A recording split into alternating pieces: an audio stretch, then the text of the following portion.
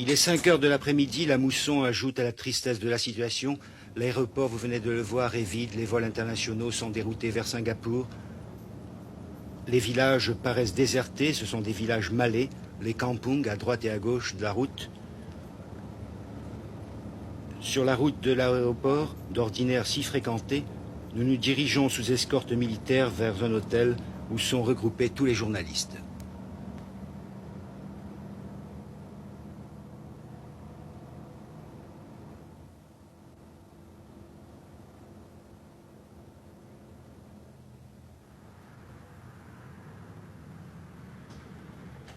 Les routes de l'aéroport sont sillonnées en permanence par des patrouilles militaires. Sur les bas-côtés de la route, les autobus, des voitures, de nombreuses voitures, sont laissées abandonnées. Elles ont été incendiées par les émeutiers.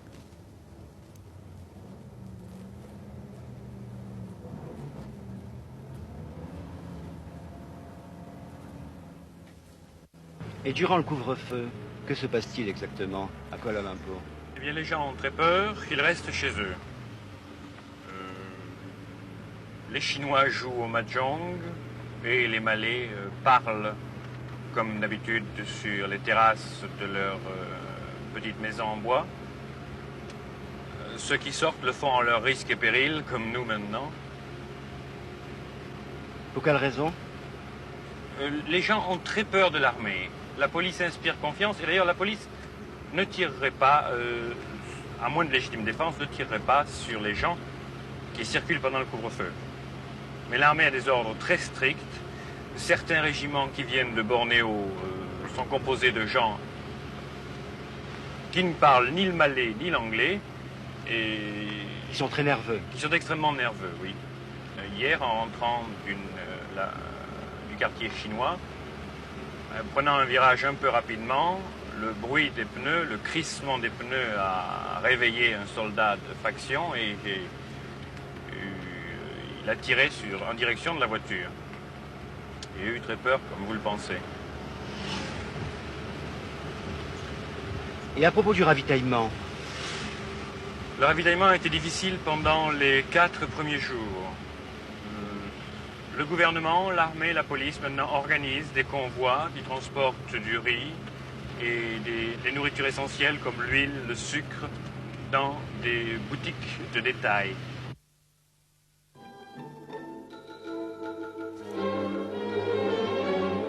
Voici le visage sinistre de Singapour, les émeutes.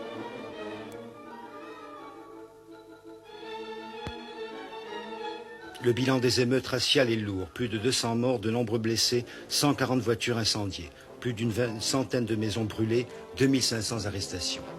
Les troubles ont commencé mardi 13 mai vers 7 heures du soir. Dans ces émeutes, 7 Chinois ont été tués devant notre école. La police est intervenue assez rapidement, mais les troubles se sont répandus en ville, en particulier dans les villages malais de l'extérieur de la ville, Kampong Baru, Kampong Pandan, etc. Et vers 9 heures, il y avait environ 60 morts.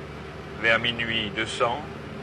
Et le lendemain, 14 mai, la presse anglaise pouvait dire qu'il y avait environ 5 à 600 morts dans la ville.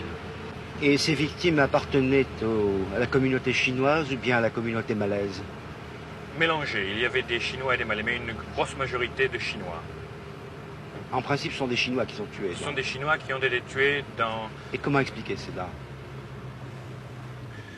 Il y a eu une flambée anti-chinoise, due d'une part à la victoire du Gerakan, parti de gauche, à prédominance chinoise.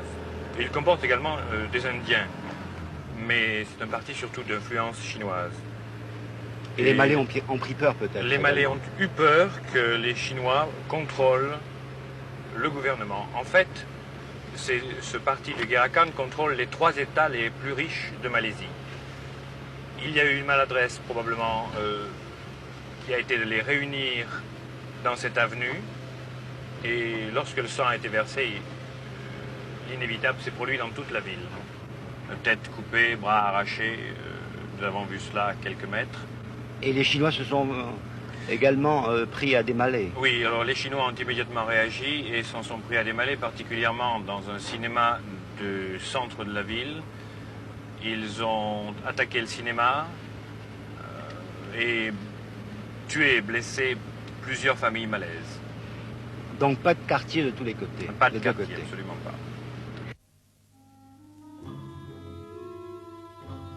Ce sont les réfugiés, des Chinois ou des Malais, dont les maisons ont été détruites ou bien des gens qui ne peuvent regagner leur domicile situé dans les zones interdites.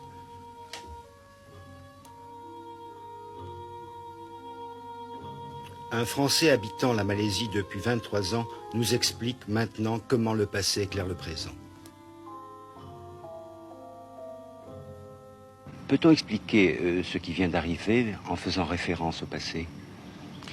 Oui, il y a plusieurs facteurs historiques qui expliquent la situation qui existe ici depuis une semaine. De l'histoire presque ancienne, dirais-je, la constitution de la population de ce pays, avec à l'origine uniquement une population malaise, autochtone, sur laquelle sont venues s'ajouter des couches d'immigration parallèlement à la colonisation. Il y a eu le passage des Portugais, puis des Hollandais, puis des Anglais.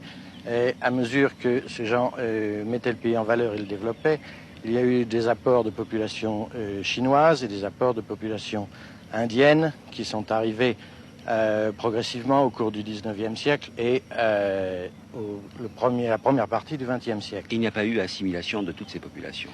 Il y a un début d'assimilation. Ça a été l'effort principal du gouvernement depuis l'indépendance, c'est-à-dire depuis 1957, de créer une nation unie avec ces populations diverses. Et avec une langue qui est essentiellement la langue malaise. Avec la langue malaise, c'est-à-dire que vous avez aujourd'hui le malais, ou plus exactement le Bahasa Kebangsaan, qui est la langue nationale. Il y a encore deux langues officielles, la langue anglaise et le Bahasa Kebangsaan. Les Chinois sont en général assez hostiles à l'apprentissage d'une autre langue, en général. Je ne dirais pas qu'ils sont hostiles à l'apprentissage d'une autre langue. Ce qu'ils veulent, c'est préserver leur culture. Ils sont prêts à apprendre la langue nationale, mais ils veulent maintenir leur culture proprement chinoise en même temps. Le Parti communiste est banni en Malaisie. Les communistes se sont surtout infiltrés dans le parti appelé Labour Party, qui a donc boycotté les élections. Nous sommes dans le quartier chinois qui est patrouillé par la police, étroitement surveillé. Et durant la levée du couvre-feu, seuls les quartiers malais restaient interdits à toute circulation. Les Malais ont toujours détenu en Malaisie la puissance politique. Les Malais veulent avoir plus de puissance économique. Les Chinois, eux, de leur côté, détiennent le pouvoir économique et demandent une plus grande participation aux affaires du pays. Voilà le drame de la Fédération de Malaisie. Qui est responsable des émeutes? Il est difficile de le dire. Est-ce les communistes? Est-ce les extrémistes malais qui veulent une Malaisie malaise et non une Malaisie malaisienne? Princesse, comment vivent les Malais en Malaisie? Alors voilà, les Malais en général sont les gens qui sont très simples, qui sont pauvres, qui habitent dans la campagne plutôt. Et que font-ils? Est-ce qu'ils sont agriculteurs en principe? Oui, ils sont agriculteurs. Ils font la pêche. Ils cultivent du riz et du caoutchouc, par exemple. Il y a très peu de commerçants et très peu d'industriels malais, en fait. Oui, il y a très peu de commerçants en Malaisie. Ce sont les Chinois qui tiennent ces positions. Oui, il n'y a pas un sentiment de frustration chez le Malais? Oui. La religion des Malais, ici la religion est bien d'État et l'islamisme. Et l'islamisme, oui. Et en quoi cela consiste-t-il? Ils sont tous musulmans. Oui. Les Malais sont tous musulmans. Ils prient 5 fois par jour. Même à Kuala Lumpur. Même à Kuala Lumpur. Dans chaque village, il y a toujours un mosquée. Ils sont très croyants, très pratiquants. Très croyants, oui. Ils ne mangent pas de porc. ils méprisent un peu les Chinois, ils les regardent un peu sales parce qu'ils ne mangent pas du porc, etc. Ils croient que les Chinois ne croient pas en Dieu. Et c'est pour ça qu'ils considèrent un peu les Chinois comme des infidèles. Oui, ce qui est l'islam traditionnaliste. Oui. Le drame de la Malaisie, le voici sur ces images. L'imbrication des deux communautés. Le Chinois qui vaque à ses occupations et le Malais qui prépare ses outils agricoles. Pour ce professeur chinois, il y a encore espoir de vivre en paix les deux communautés. Monsieur le professeur, à quelle époque remonte l'implantation des Chinois ici en Malaisie? Oh, il faudrait dire que les Chinois sont ici depuis à peu près 300 ans. Ils sont venus pour travailler, pour chercher de la vie, et pour cultiver la terre et pour planter. Et quand ils sont devenus un peu riches, ils retournent à la maison pour construire une petite maison. Et les Chinois qui sont venus ici sont principalement du sud de la Chine, de Fujian et de Guangdong. Et qui a favorisé l'implantation de ces Chinois? Ce sont les Anglais qui ont commencé la plantation de caoutchouc. Et les Chinois sont devenus avant eux, sûrement, et ils ont cultivé de la terre autre chose que le caoutchouc. Le caoutchouc est planté depuis à peu près moins de 100 ans. Et les Anglais ont fait appel à la main-d'œuvre chinoise? Oui, oui, ils ont demandé ça. Et ça a contribué énormément à faire venir des Chinois. Oui, c'est ça. Ce qui explique l'accroissement du nombre des Chinois peut-être en Malaisie. Oui. Et alors, comment se fait-il? Et les Chinois venaient avant les Anglais aussi. Absolument. Et comment se fait-il que les Chinois, venus d'une province qui était non pas très riche, soient devenus assez riches ici? Parce qu'ils travaillent très bien. Ils font des économies. Et la religion qu'ils pratiquent? La religion pratique, les Chinois en général n'ont pas de religion. Ils sont bouddhistes en nom. Mais certainement, il y a beaucoup qui pratiquent le bouddhisme et d'autres n'en pratiquent pas du tout.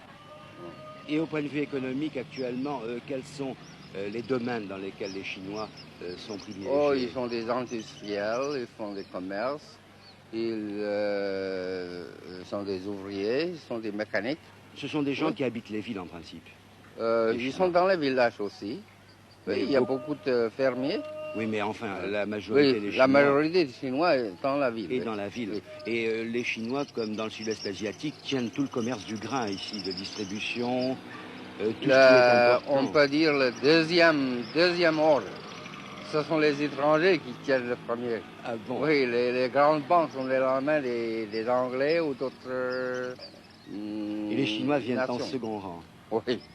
Mais vous avez confiance, vous, monsieur le professeur, entre une sorte d'osmose entre les Chinois et les Malais ici? Oh, je crois que tout passe, tout s'efface, mais tout ira bien. C'est une parole de Confucius, ça, un peu, non? Non, c'est plus le français, je crois. Merci. Les résultats des élections ont marqué dans ce pays l'échec du parti gouvernemental et ce sont les partis extrémistes malais et extrémistes chinois qui ont enregistré des succès. M. Tan Suu-Kyi, ministre des Finances, c'est un Chinois, ne participera pas au prochain gouvernement. Voici pourquoi.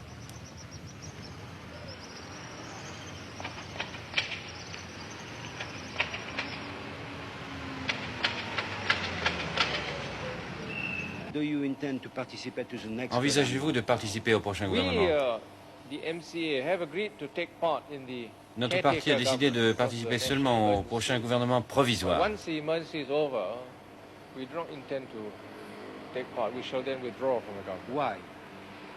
Pourquoi? Parce que les électeurs chinois désapprouvent notre participation à un prochain gouvernement.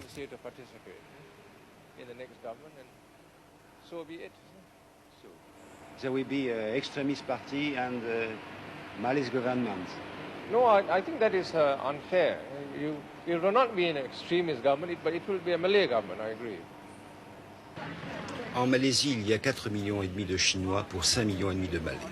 Voici maintenant Tun Abdul Razak, le ministre de la Défense, l'homme qui est chargé de rétablir l'ordre à tout prix à Kuala Lumpur.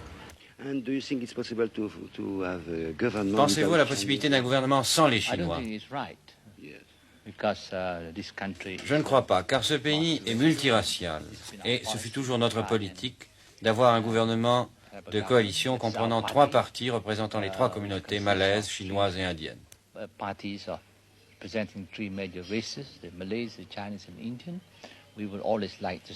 Nous avons toujours réclamé cette représentation tripartite car nous pensons que seul un gouvernement d'union peut diriger ce pays dans la paix.